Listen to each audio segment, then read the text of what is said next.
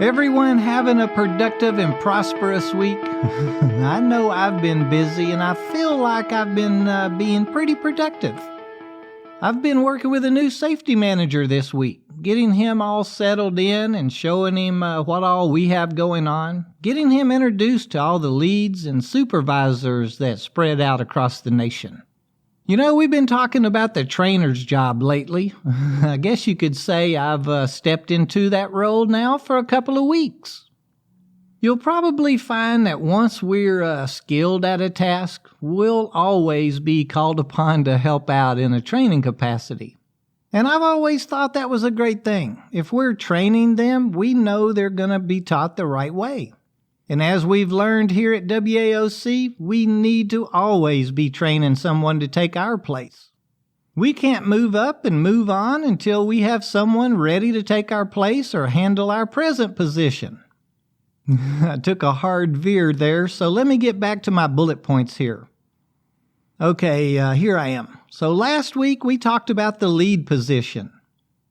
Now, I know how 2 weeks ago I said I loved my time as a trainer, and last week I shared how I've always enjoyed working as a lead, and today I'll probably tell you that the supervisor or supervision jobs have always been my favorite. Truth is, I've never had a job that I didn't like.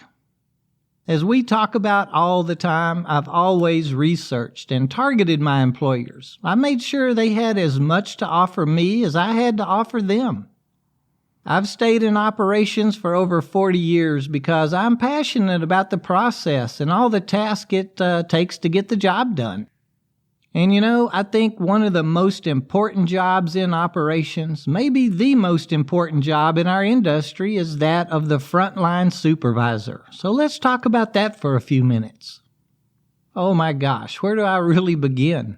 As a frontline supervisor, it is our responsibility to oversee and manage the overall functioning of our warehouse and all of our teams.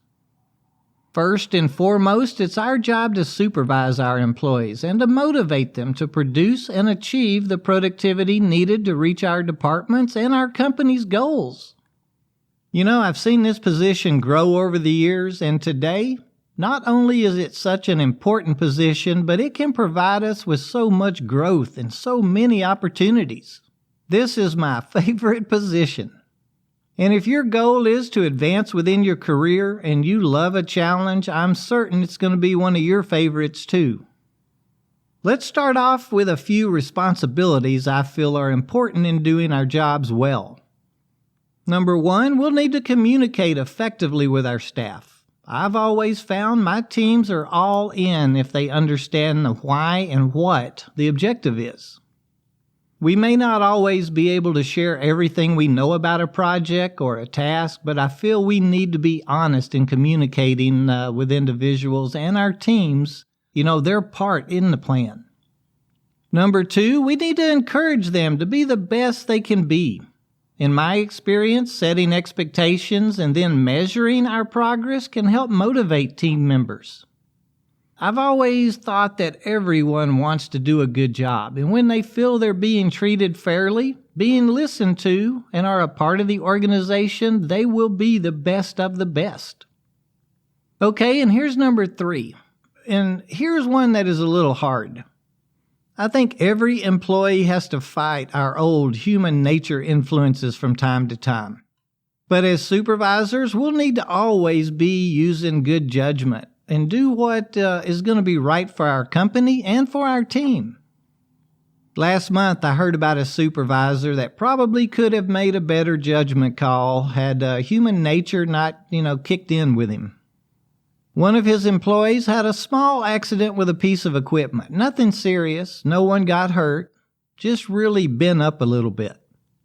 His company's procedure was that everything gets reported and investigated.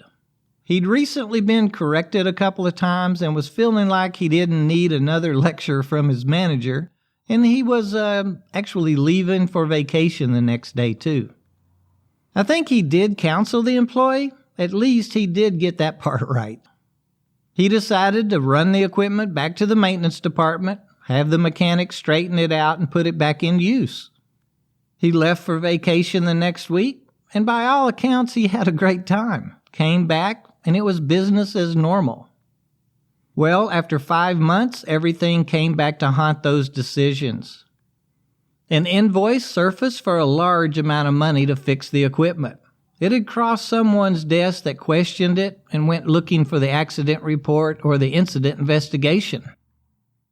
As a supervisor, we'll need to not only follow and instill the rules and procedures within our teams, but to always put the job first. Last Friday, I got a call from a friend. It was almost 9 p.m. and he was just leaving his facility. I asked him why he had to stay so late. He said his team was going to start using a new WMS system Monday, and he wanted to verify all the new slot labels had the proper barcodes on them. Again, it is our job to be thinking of the company and our team at all times. Number 4, you'll become a pro at delegating and assigning work to individuals in your teams. It'll be our job to make sure we get the productivity needed to get the doors closed. And number 5, it'll be our job to make sure everyone is following the company's rules and policies and are working safely and as they should be.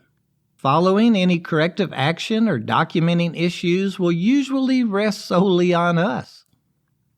And number 6, we'll need to teach our employees and make sure they're aware of our expectations regarding their work ethics, productivity, and job duties. Their motivation and enthusiasm as it relates to their job performance is determined by how we manage them. Some associates will need a mentor. Others will require a more direct approach. And some we'll need to be more patient with and spend more time with than we'd like to. But hey, that's our job. Let's see, where was I? Number 7. Our teams are going to look to us as the shift progresses. They're counting on us to adjust our plan and give them the help and support as things come up. And things will come up and change every single shift. We are that person. In most cases, we won't have anyone to call and check in with. You'll get really good at pulling from your experiences and being comfortable with making those decisions and pulling the trigger as you need to. You're going to make the right call, and if not, you'll make the right call next time. It's all about learning from our mistakes, our honest mistakes. We can't let human nature come into play when we're making decisions, though. I could go on and on with things I feel are important to us being a new supervisor, but I think you're getting the gist of it. This is our new job, and these are our new responsibilities. The frontline supervisor is key to our operations performance. It's so important that we're in tune with and understand our employees. I try to say something to every associate at the beginning of my shift. Whether it's a quick good morning, happy birthday, or asking, how is that sick kid doing, or good evening on my way out. We'll have to know our employees and know how to motivate them. I think respect and honesty with our workforce is key. We want people to treat us fairly, and we should not expect our employees to expect anything but that from us. Oh, and reporting. It'll be our job to track all available KPIs or key performance indicators, any metrics we can come up with or create, and understand how to not only achieve the productivity needed to reach the company's goals, but to create efficiencies to make it easier for our men and women to do their jobs. At this level, we'll be asked for input regarding staffing needs and equipment expenditures, and we'll be exposed to the budget process. Remember, we'll want to take advantage of every opportunity to sit with management and absorb all the knowledge we can from them. They've been doing this a lot longer than we have. Listen to them and learn from their experiences. It's so easy with us being in the trenches every day and on the floor with the workload to think we know more about a situation than our management. I assure you that we don't. Now, we may have a thought, and we should certainly share it, but I assure you we're not ready to outguess an experienced manager just yet. Stay humble for as long as you can.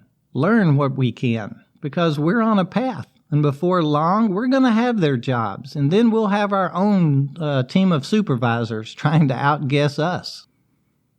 Well, I hope I gave you some of the highlights of the position today. I love supervising my people.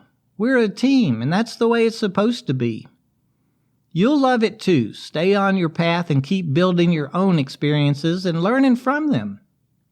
If I can answer any questions about supervision, please send an email to host@warehouseandoperationsasacareer.com and I'll get us some answers. Until next week, keep working your plan and let's all share a safety thought with an associate. Remind them that safety is our first priority.